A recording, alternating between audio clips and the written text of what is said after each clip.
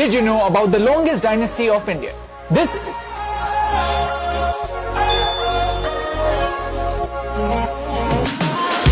the Mughals, the Mauryas, the Marathas. We have studied them in our textbooks because of a very good reason. They were great empires. But there is one empire, one dynasty that our textbooks completely ignore. The Ahom Dynasty. And in the next 3 minutes, I am going to give you 4 reasons why Ahom Dynasty is worth your time. Number 1. For nearly 600 years, these kings controlled a great part of the northeast. These kings came from Burma and they settled near the river Brahmaputra in today's Assam. And the reason they could survive for 600 years is not because the king had unlimited power. Actually, it was exactly the opposite. There was a system in place to keep a check on king's power. The king would have 5 ministers and those ministers had the power to keep a check on the king and to make sure that the king is doing his job. They even had the power to remove the king if they thought that the king is not worthy. Number 2.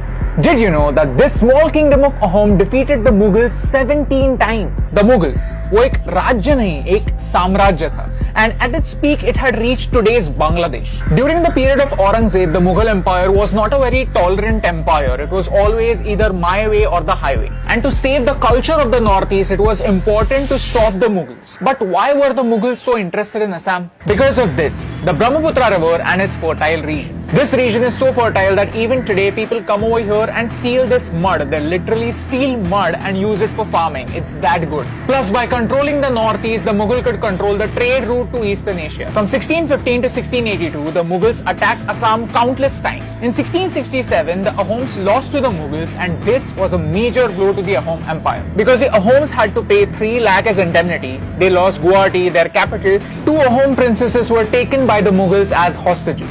That was the reality of that era. The war did not end at the battlefield and the most vulnerable people suffered the most. Number 3. Lachit Borphukan is considered as one of the greatest army generals of all times in India. And the story of Ahom Dynasty is incomplete without mentioning the Battle of Saraighat. Lachit Borphukan was the man who won back Guwahati from the Mughals. But instead of celebrating, he immediately started preparing for a counter-attack. He knew that the Mughals will not take their defeat so lightly because the Mughals were juggernauts. They were the bullies. So the Mughals came back with 30,000 infantry, 15,000 archers, 18,000 Turkish cavalry, 5,000 gunners and over 1,000 cannons. On a regular battlefield, defeating an angry Mughal force was next to impossible, but Lachit Borphukan was very smart. He used the geography to his advantage. He forced the Mughals to come in the river and the Mughal navy was their weakest link. For the Ahoms, the terrain became their biggest weapon. During the battle, at one point of time, Lachit Borphukan fell terribly ill and that brought down the morale of the entire army. So much so that they were thinking of retreating and this is what Lachit Borphukan said. If you want to flee, flee. The king has given me a task here and I will do it well. And they won the battle. He didn't fight for religion, he didn't fight for his leaders, he didn't fight for glory, but he fought for his land and he fought for his people. That's his greatness and his greatness is celebrated in Assam every year on 24th of November as Lachit Divas. Best cadet of NDA is given a gold medal in Lachit's name. Number 4. A part of India. What was so unique about the Ahom kings? It was that they were very tolerant towards all the religions. These kings, they came from outside but they accepted a lot of Indian practices and that's how they became a part of India. They didn't ruin and insult the existing culture. Instead, they added their flavor to the Indian culture by being a part of it. We call them the 7 sisters and yet we ignore our sisters.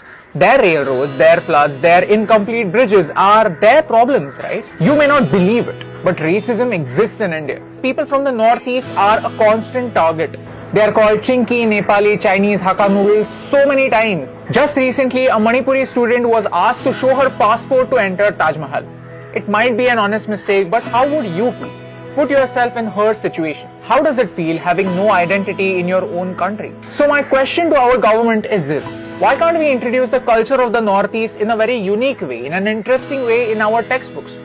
Why don't we tell stories from the Northeast so that the students from a very young age understand that the Northeast is a very crucial part of India. They need to understand the contribution of the Northeast to India and how important it is to preserve it. I need your help. Share this video and spread this message. Assam and the entire Northeast is an integral part of India. Their history, although not many people are aware about it, is something we should be proud of. Because without mentioning this history, the story of India is incomplete. And that's the reason why I love India.